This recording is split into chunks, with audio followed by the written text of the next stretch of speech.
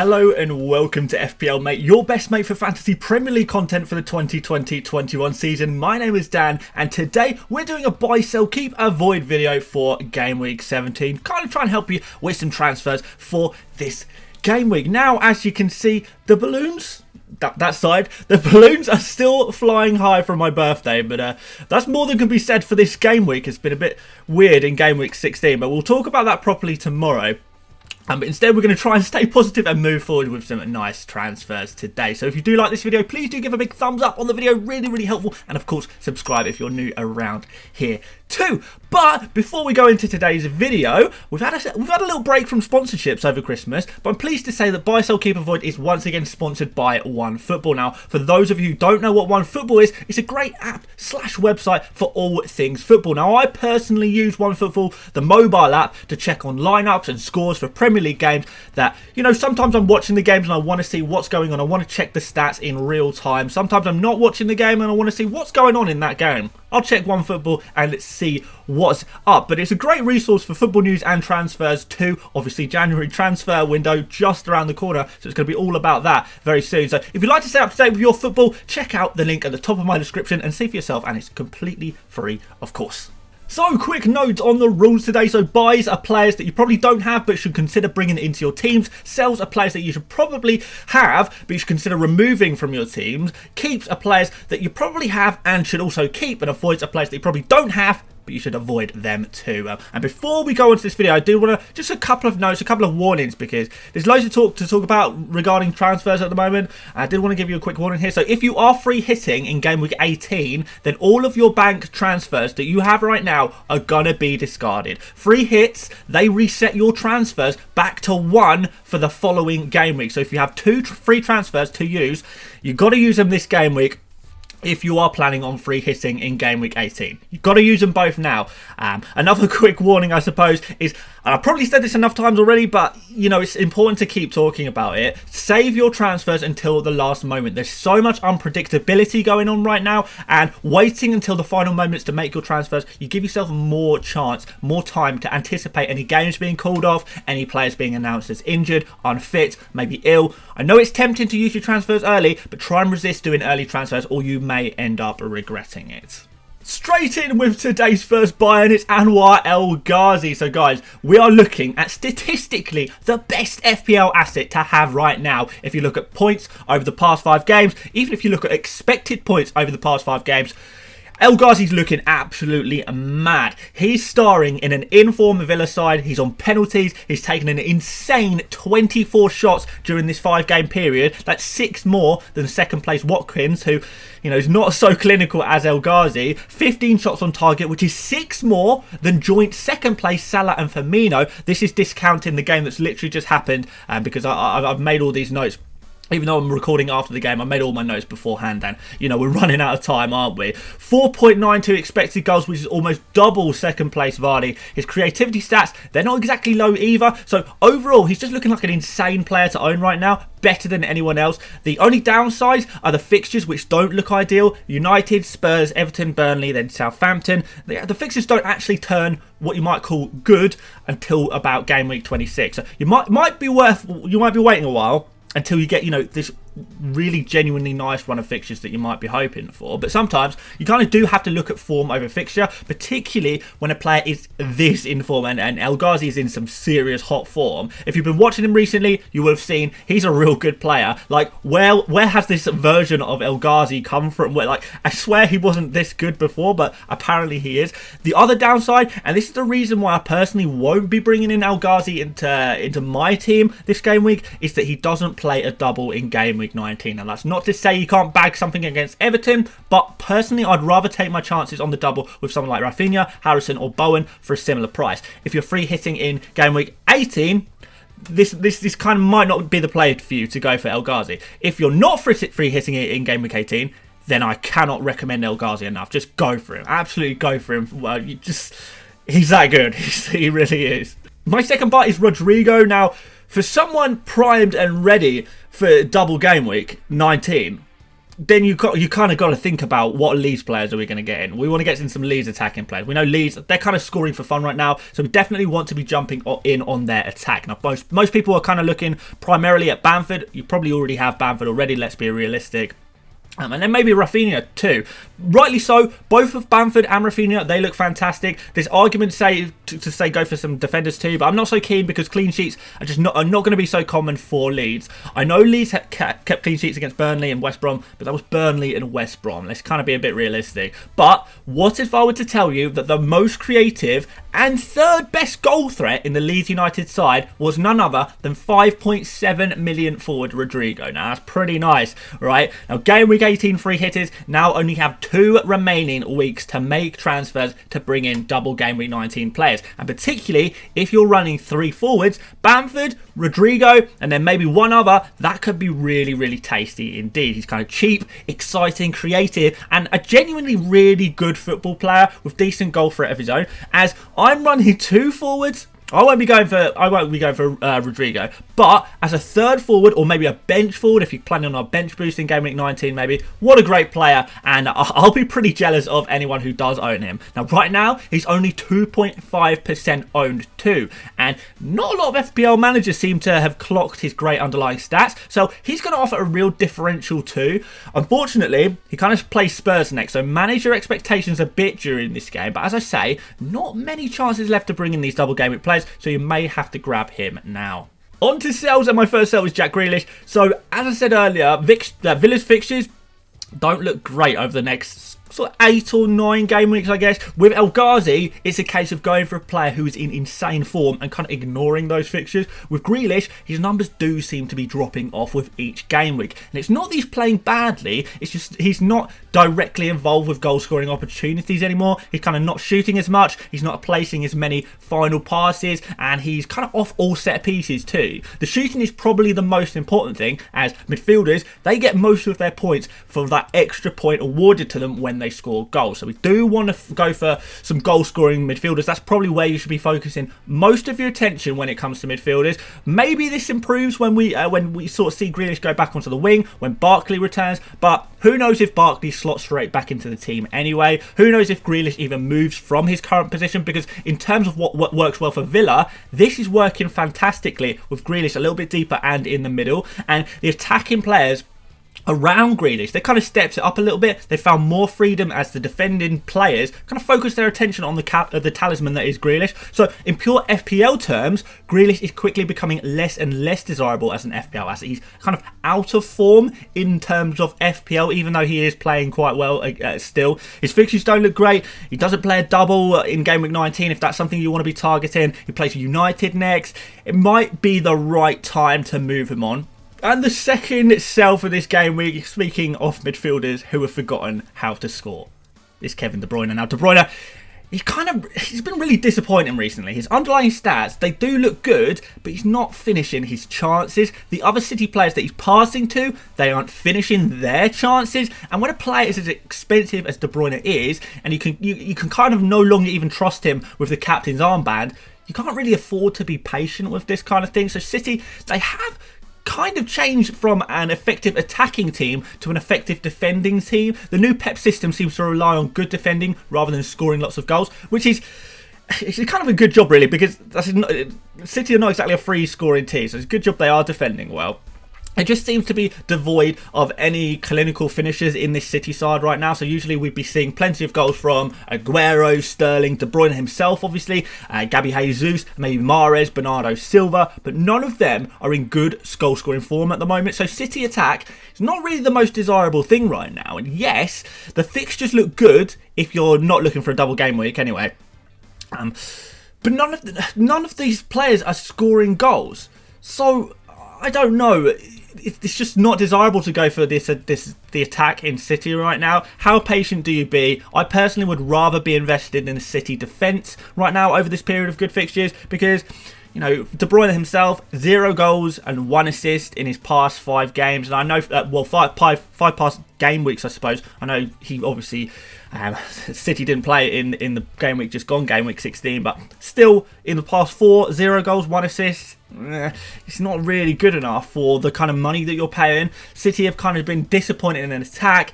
And it's time for the patience to end, I think. On to keeps, and we're going to start you off with Kurt Zouma. I'm seeing quite a lot of people selling Kurt Zouma, and I'm not exactly sure why, but we'll try and guess why people might be selling Kurt Zouma, and try and, I guess, downplay any worries that you might have about him. So, people will see that Zouma did not play last match. Well, don't worry about that. He was just being rested and he's going to play in Game Week 17 for sure. Maybe it's because Chelsea obviously play City next and people are worried that the game will be called off due to the COVID problem at City. That's not going to be an issue. City are back in training and they should play in Game Week 17, which means Chelsea will also play in Game Week 17. Maybe it's because we tend to think of City as a great attacking team. Sort of, as I've said earlier, I'm not really too worried about that either. City are more of a defensive team now, and I think there's a good chance of Chelsea actually keeping the score pretty low in this one. Maybe you're worried that Chelsea aren't keeping as many clean sheets recently, and that's kind of fair enough, I guess, but they have had some tough games, and they're still one of the best defensive statistically. And I guess finally, maybe you're worried about this blank. If you're not free if you're not free hitting in Game Week 18, I guess I can kind of understand this one. But remember, he has a double game week in Game Week 19. So it's not like you gain anything by switching him to a player who plays once in Game Week 18 and once in Game Week 19. You may as well just have a player that plays twice in one of them, unless you've got some bold, amazing strategy. But for most people, he's definitely someone you want to keep. He's kind of playing for a strong Chelsea defence who are about to have a really nice fixture swing, actually. He has that goal threat from set pieces. He's nice and rested, ready for Game Week 17, and he's got a decent double game week as well against Fulham and Leicester. That's not too bad. You'd think that Chelsea can certainly keep a clean sheet against Fulham as a starter and then see what they can do against Leicester. It's all good. It's all good there, I think. And my second keep is James Ward-Prowse. Now, this one I kind of do understand a little bit more the way people are thinking with this one. So Ward-Prowse is the mighty set-piece merchant. And him scoring pretty much relies on Southampton getting lots of set pieces in decent areas. Now, unfortunately, it's not really easy to predict when those Southampton set piece chances are going to come. It can happen at any time against any team. It will happen in streaks and then not at all. It will happen once and then never again. Who knows? It just can't be predicted. So if you do pick a player like Ward-Prowse, you kind of have to accept that it's not going to happen for you every single game. We can kind of just hold him through the blanks. I think what a lot of people thought was, oh, Ward-Prowse, look at all these points he's been getting recently. He must be in really good form. He wasn't really ever in good form. It was more the case of he's a really, really amazing set-piece taker, and there was just this streak of games where Southampton were getting sort of back-to-back really good set-piece chances, and Ward-Prowse was crossing in those indirect ones, shooting really well on the more direct free kicks. And that's kind of what happened there. It was never that he was in good form. But, what I can tell you is that he's going to get some more chances, and particularly when we have this double game week. And this is kind of my thinking here. He will get these chances to score an assist. I can't tell you when that might be, but when we're in a double game week, the chances of it happening in that game week is doubled, right? So it's a game of chance, but your chances are doubled in that game week. So if you are, and we constantly have to say, because this is the annoying thing, everyone has such different plans regarding the blank game week and the double game week. If you are planning on playing players in this double game week, and you think Ward-Prowse or another double game week player could be the player to play, don't get rid of Ward-Prowse. Just keep him in. Don't switch him for another double game week player. There's no point. You can use your transfers more effectively elsewhere. His goal contributions may come randomly, but he's the kind of player who will play every single week for Southampton, which is going to be really nice for that double game week. The chance of him scoring his trademark free kick bangers, that's going to be doubled in game week 19. So I think you can afford to hold on to him and just be a bit patient with this one. On to some avoids finally, and we're going to start you off with Stuart Dallas. A little bit controversial, as we like to keep it on this channel for the avoid section. Now, Dallas is kind of the right player, wrong game week type of player. But with Leeds' defensive record, is there even really a right game week to bring in a Leeds defender? I'm not fully convinced, but yeah, I mean, maybe yes. If Leeds are about to play a Burnley, a West Brom, a Sheffield United, then okay, yeah, fair enough. I can see why you might want to bring in a Leeds United defender. But we've already just seen them play Burnley and West Brom in recent game weeks. That was kind of your opportunity for the clean sheets. And now you kind of be relying on attacking returns. I would kind of prefer to focus on the attack of Leeds personally. But Leeds, honestly, they could concede plenty of goals against Spurs, who they play next, which could put Dallas on a 1-pointer or even a 0-pointer. Then they blank in game week 18. Then going into the double, depending on how many fit defenders Leeds have, Dallas could potentially be rested for one of them. Southampton in that double game week, by the way, they could punish Leeds for goals. And Brighton, I wouldn't really even bet on a clean sheet there, because this is Leeds we're talking about. They really do completely neglect their defence in favour of attack. So when we're bringing in a defender, even if it's a defender from Leeds, we're purely looking for attacking contributions. And Dallas he's shooting a lot. He's looking pretty nice, and he is providing some chances as well. But Spurs is kind of going to be tough. Brighton will be tough. Southampton will be tough. Then again, this is Leeds. They can score against anyone, just as they can concede a bunch of goals too against anyone. So I think this is a bit of a risky one. I wouldn't bring him in ahead of this game week against Spurs, unless this is really a case of, you preparing nice and early for the double game weeks, and you're not going to have the chance to make this transfer later on. Maybe you're even bringing him in now to bench him. Everyone's transfer plans and tactics will be so different right now. It's hard to make one rule for everyone. So what I will say is be careful with Dallas, and don't expect him to get anything very significant in game week 17. And remember, he blanks in game week 18 too. So for the next 2 game weeks, not exactly a useful player to have, depending on your tactics, of course. So my final avoid is João Cancelo, and this is a really weird one. A lot of people are trying to bring in João Cancelo this game week, and wanted to talk about this quickly. So as you guys know, he is literally one of my favourite players for FPL right now. He is a 15-pointer waiting to happen. City, the best defensive team. Cancelo, one of the most creative players, defenders, I guess, in the entire league. If only his teammates could finish a few of the amazing chances he creates. He shoots a lot as well. He's nailed on, which is really nice to see, and we didn't really expect that. He's basically the full package, and I couldn't recommend him enough.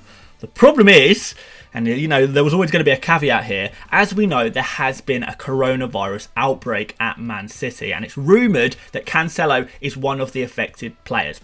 If that's the case, he could actually be out for a couple of game weeks now. So I would try to avoid all City players until we have more information. In particular, players like Cancelo. I think Ederson is also rumoured to have coronavirus as well, and Gabriel Jesus, I think he's another one of the rumoured guys. So there is a few rumours floating around of certain players having the virus, and they're not going to be available for the next couple of game weeks. Look, it's not exactly the most desirable game week anyway when City are about to play Chelsea, so I really think there's no issue in waiting this one out. So until we get further news and find out what's going on, just avoid Cancelo. I know it's just rumours, there's nothing certain there or anything like that, but there's no point in taking these chances when I think we can really easily just afford to wait and see on this one. I don't really see an issue with waiting on this one, so for that reason, I'm happy to not necessarily believe the rumours, but just have a little bit of caution for now, because the rumours are pretty strong, and yeah, there's just no point in taking chances today, guys. So in conclusion, El Ghazi is seriously impressing right now. He looks like the best player in FPL. Grealish, De Bruyne, they kind of had their time. They're not getting the goals, and that's what we're looking for when we're picking our midfielders. Don't knee-jerk players out who have a lovely double game week. And, if you're free hitting in game week 18 anyway, just keep these double game week players. You've got to keep them all and focus your transfers instead on players who aren't free hitting, or who aren't doubling. Sorry, thinking about free hits too much. And finally, I guess avoid any City players until we have news on who has coronavirus, COVID, whatever you call it where you are. Let's find out some more news on that before we go in on City, because I do think there is some significant risk in bringing in City players right now. So be careful with that one. So that is the end of today's video. Thank you so much for watching. Of course, if you did enjoy this video, please do remember to give a big thumbs up and subscribe to the channel if you are new around here. We're getting so close to 50,000 subscribers. I'm so excited. We're going to have to do a special video for 50,000 subscribers when we do eventually hit it. So, yes, keep an eye out for that. But yes, hopefully these transfer tips were very useful for you today. If you are interested in following me on Twitter, Instagram, supporting me on Patreon, or joining my mini League. All of the links are in the description, as is OneFootball, if you're interested in checking that one out as well. And tomorrow's video is going to be the team selection video, where we're going to be talking about some transfers that I might potentially be making as we move forward to this double game week, which I'm making significant plans to really tackle. And we're going to talk about this terrible game week 16 week as well, which hopefully we can pick your spirits up on that one as well. Fingers crossed. But anyway, I will see you on that video. But until then, I will see you later, mates. Bye-bye.